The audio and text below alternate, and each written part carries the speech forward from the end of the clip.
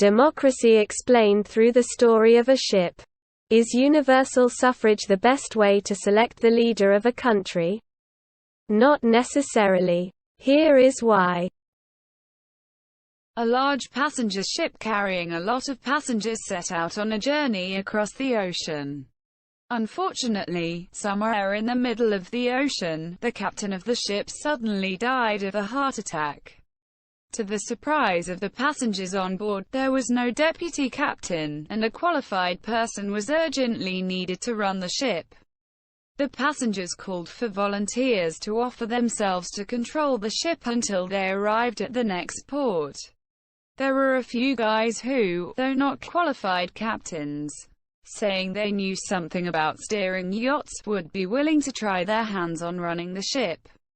To decide on who was going to be in charge in the captain's room, the passengers had to make a choice, and they came to the idea that all passengers on board should participate in making that decision since it concerned the safety of everyone.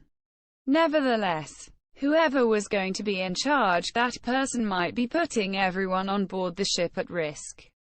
As steering an ocean-going vessel is very different from doing the same with a yacht in shallow waters.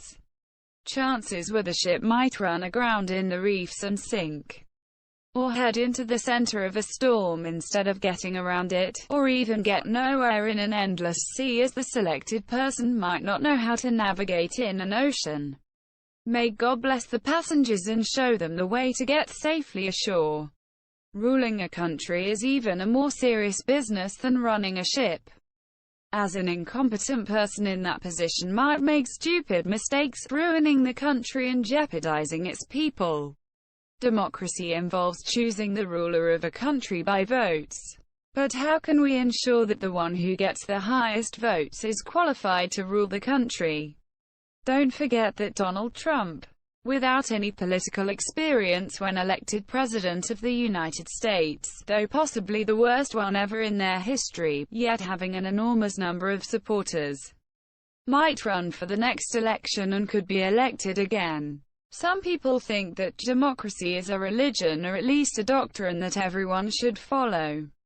In reality, democracy is only an experiment. Winston Churchill once said, "Democracy is the worst form of government, except for all the others."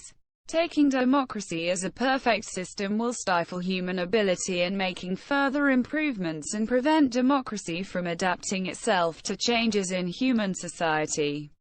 Westerners tend to be dogmatic, believing in doctrines, while the Chinese people incline to be pragmatic, mostly accepting facts. Chinese do not take Western democracy for granted, but they do accept some of its values. The present political system in China embraces democracy at the grassroots level, where universal suffrage is practiced to elect representatives of villages and districts. These representatives form channels to reflect the views and needs of the people at their level to the leaders of the country. However, when coming to elections for the top-level positions in the political system governing the country, Chinese people do not want to take any chance. To be qualified for the position of a political leader, one must work from the lowest level official upwards. Promotion to the next level is based on performance. Only leaders with good performance and a proven track record of success get selected to assure the quality of leadership of the government. For more information on how this is done, please click the first link in the comments below. In just about 40 years, China evolved from one of the poorest countries into the world's second-largest economy. From a basic agricultural economy into a global manufacturing powerhouse, leading the world in 5G network technology, quantum computation and high-speed railway system.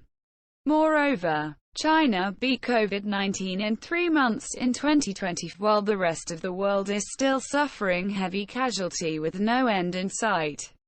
This speaks for itself that the efficacy of the form of governance in China works extremely well. As the former Chinese leader Deng Xiaoping once said, "Black cat or white?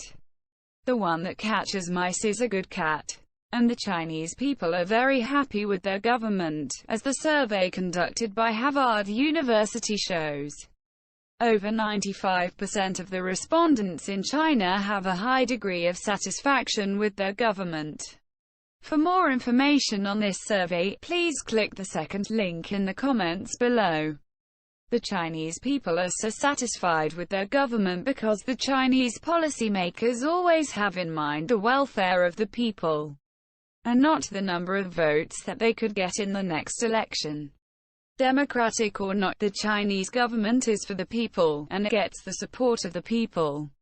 Suggested further reading is a book with the title, The China Model, Political Meritocracy and the Limits of Democracy, written by Daniel Bell. To save you time, you can take a look at the review of this book, a 7-minute reading, at the third link in the comments below. Thank you for watching.